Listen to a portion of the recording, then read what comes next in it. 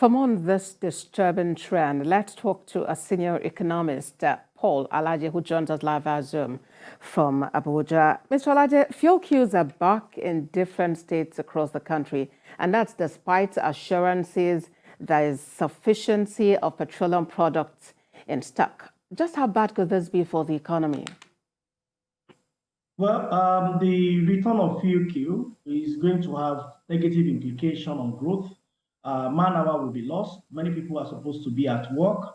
They will have to endure the long queues before they could get fuel.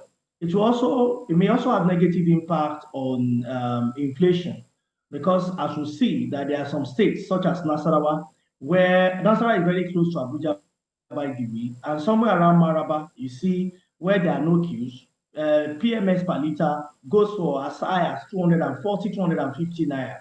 And you see people buying from the place. So if it's for production, it means the prices people are going to charge decrease. So there will be cost push inflation, and it's going to have tremendous negative impact on the economy. Maybe when you see the report that will be shared by the National Bureau of Statistics, inflation is already more than 20%.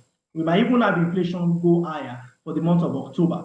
One hand, you see flood is ravaging some of our outputs at the farms. The price of rice across the states has continued to go up. What they will use to move rice from one point, at least in smaller vehicles, is also increasing, which is affecting the queues that you are seeing all across the country. Well, some have touted removal of fuel subsidy as solution. What do you think? Well, if you ask me, the subsidy issue, we need to look beyond the nominal conversation that people are having in the media. If you want us to dig deep, whether there is subsidy or not, I will tell you it depends. If you use the exchange rate we had in 2016, when central bank moved naira out of fixed rate to manage fixed rates, or maybe now to floating rates, it was 250. Today, at official window, exchange rate is over 440. So when you look at that and you find out that's about 50%, there about 40 to 50, about 100%, I beg your pardon, between 90 to 100%. So if you look at what fuel prices we are paying and what government claims to be paying in subsidy, you realize that what we are really paying for is that exchange rate. Monetary policy must align with fiscal policy.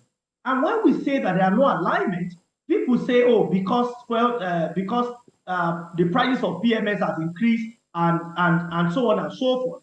I can tell you that the prices will continue to increase even if you remove subsidy today and you devalue naira. In 2021, central bank devalued naira from what it was, and after a month, the debt management office announced additional 1 trillion naira in Nigerian debt without borrowing new money. What happened because we devalued? What many may not observe is that the entire economy of Nigeria is surrounded by what the quality of money you are carrying, which is the exchange rate. All right, so you believe it's forex? Major role in this money. All right, Mr. Alaje, very quickly before we let you go, now the CBN is planning to redesign, produce and circulate new denominations of her currency. What's your take on that? What effect would it actually have on the economy? So it has a lot of positives, and even though there are a few negatives that comes with it, because in economies, you don't expect all to be positive. So the positives are that central bank monetary policy has not been yielding the kind of effect. We have increased NPR from 13 to 14, 14 to 15.5 now, and we wonder why inflation is still going up. This is because over 80% of M1 or M2, money out of banking sector, they are in the hands of people that have not returned them to banks. But we are making policy on the entire over 2 trillion. Meanwhile, the monies are not returned. So most of the policy made by central bank is not having that kind of effect. Two, a lot of people are hoarding the money. When the money are changed by the end of January, everybody will be forced to bring out what they have. The central bank can manage that. Again, it's also going to help central bank to determine how much, also those that are keeping money illicitly, more people that are using money for terrorism, it helps in a lot of ways. So, but this is not without its own disadvantage, because those who want to run politics, it really will not affect them, because what we have seen over the years is these people converting naira to the dollar. Central bank can redesign naira, but unfortunately, it still cannot redesign the dollar.